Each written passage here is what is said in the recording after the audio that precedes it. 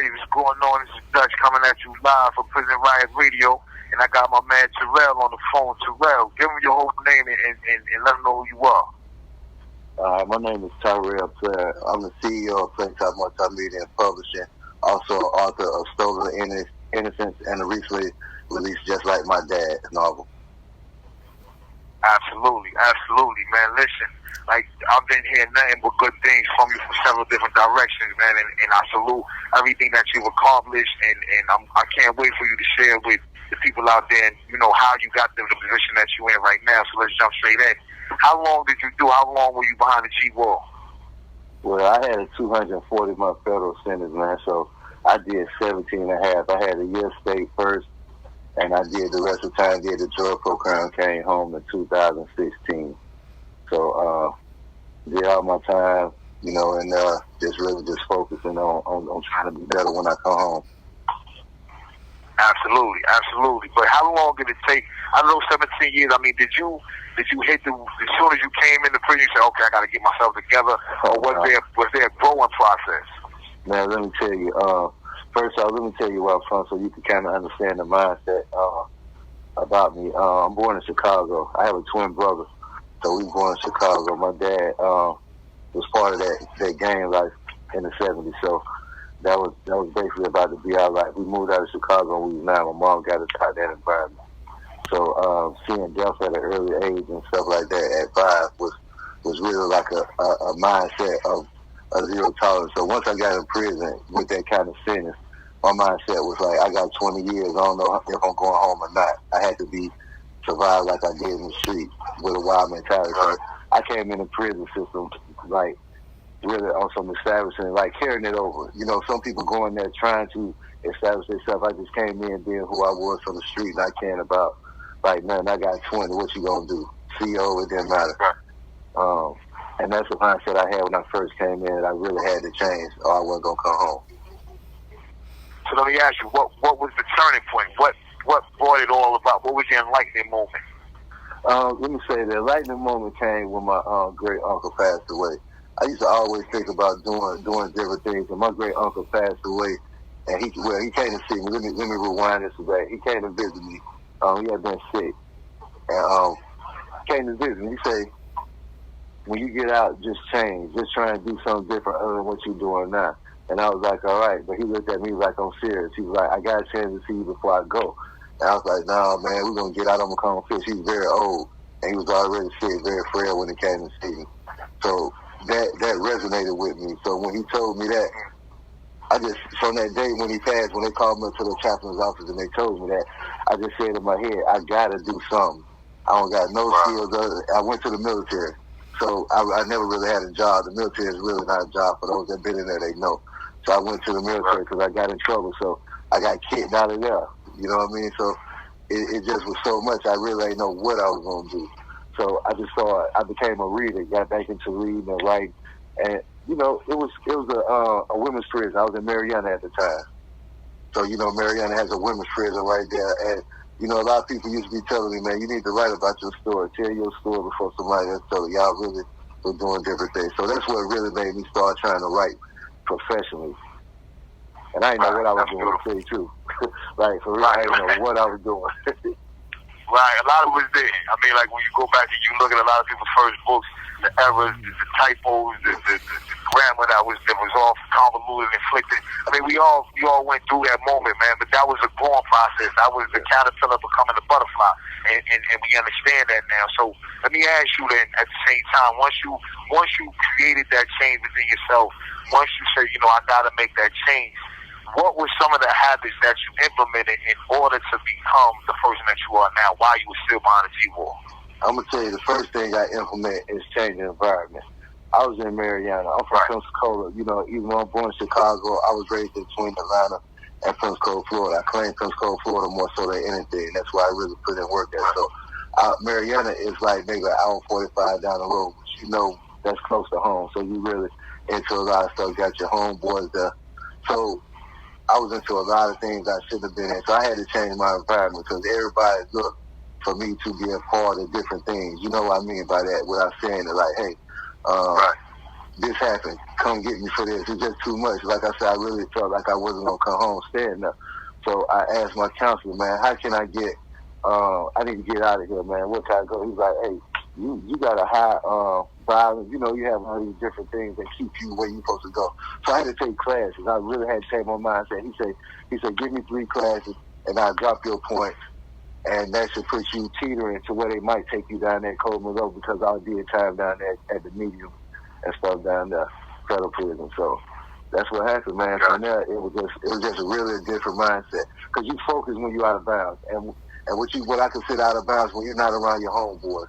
When you're in the foreign, you ain't got that many people that you could be cool with to look for stuff. You got to be your own person. That's when you prosper and you go hard. Everybody see what type of person you really are, and that's where you get that 100, that real title, like he 100. So that's where the mentality changed all the way around for me. Absolutely, and I concur wholeheartedly, man, because you do have to change the environment, because when you really want to make moves, you got to be around individuals that's like-minded. You know what I mean, right? So when you, like, you know what I mean. So they always say, "Still sharp as steel." So I respect that, and that's one of the traits that really changes. So when you stepped out of the penitentiary with this new mindset, with this new direction and vision, what were some of the first things that you did to establish yourself for today? Man, let me tell you one of the first things I did. Like I say, I'm from Pensacola. My brother, my twin, he was down there in Pensacola. That's the first thing I didn't want to do, is go back to the city that gave me 20 years. You know, actually did more time than that, but, you know, that's 20 years fed. So instead of just going back and having to judge from the city, I know going to make it hard for me, I decided to move up here to Atlanta. One of the best decisions I made. Came up here. From the time I came home, man, I decided to seek some kind of school, because you can't win out here without no kind of education. You got to learn how to talk, articulate yourself, especially in the city like this, and learn, because, like I said, when we in there, we think we know a lot because we're keeping up with the stuff, but what we don't know is what they keep till you get out here. And that's just real talk. It's a lot of stuff you have to see for yourself when you get out here, or you just gonna think you know everything. You know, and I had to get out here and learn. That's why I promote literacy.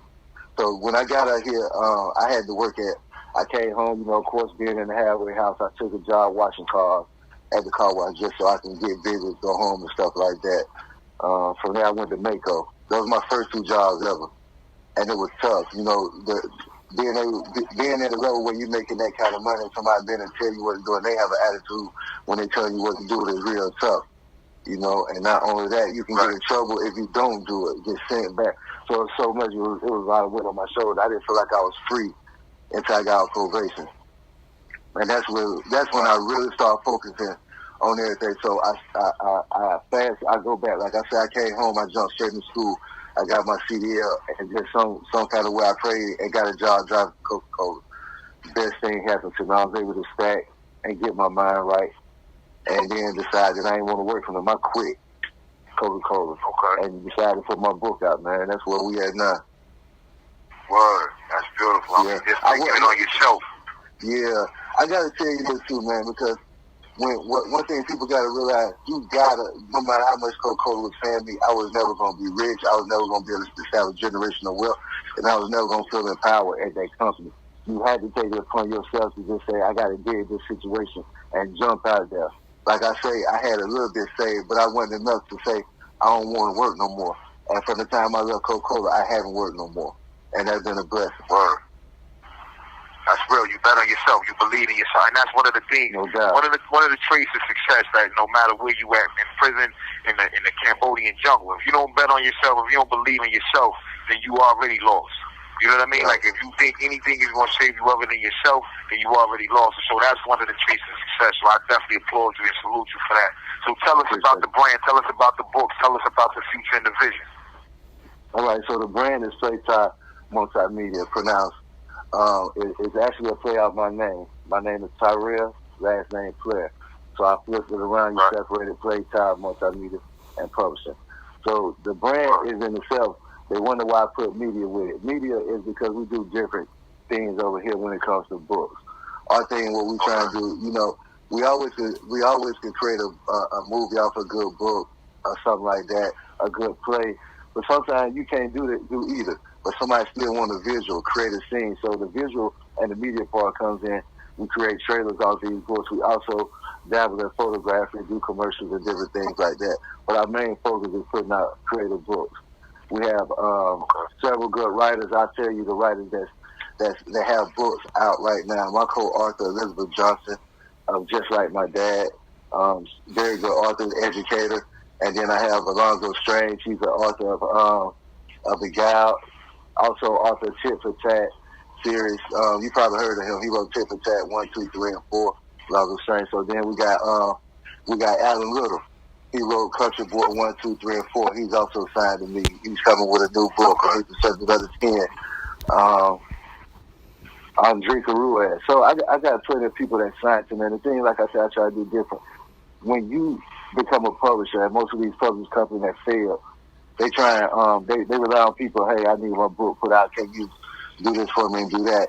And if they don't, then you don't have no income.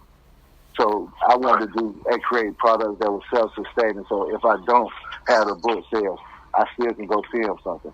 If I don't have a book sales, we still going out here talking to these communities. We move as a unit. We got shirts and everything like that. So that's what we do. You had to establish yourself as an entity, not as one book is gonna carry us. So like I said, we're trying to get Just Like My Dad in schools, which we have already partnered with a couple of institutions, and we're gonna turn it into a workbook that make it part of the homeroom curriculum. So, like I said, what I learned when I came home, I put out my bookstore Innocence and went on Amazon. You don't have a mindset. It keeps you at a mindset of just being independent, and this is what it's gonna be. You don't try to establish yourself as a full brand, and it hurts you. So when COVID came out, I really had 2 books. I said, I'm gonna step it up. I'm gonna release two books this year, maybe 3. That was gonna be the worst thing I could have did. I changed my mindset, and I decided to form this company. Nah, definitely. Like I said, man, you keep making major moves, man, and I salute you for the way you reaching back and helping brothers and sisters out who also have the need and the vision to be heard and to publish their books. So let the people know how they can get in contact with you. What's your email and address? All the contact information you want to share. All right, contact. You can go to PlaTyMM.com. That's PlaTyMM.com. That's our website where you can see our books, see what our staff, see what we got upcoming, all our little film projects that we've done. And you can get at me at Tyrell, Tyrell, PLA. You have 60 seconds remaining. _official. That's my IG. And Just Like My Dad, IG and Facebook. That's how you can catch us. PlaTy Media, everything. We got social media, PlaTy Multimedia. Every social media platform, even Twitter. You can follow us on that. There you go. Hey, yo, it's been beautiful talking to you, brother, man. I wish you continued success. Everybody out there, man, we keep getting y'all the example, man. This is the blueprint, man. You can do it no matter where you at, inside. You have 30 seconds remaining. Outside the G-Wall. This is Dutch signing out from Prison Riot Radio. Peace. Salute. Thank you.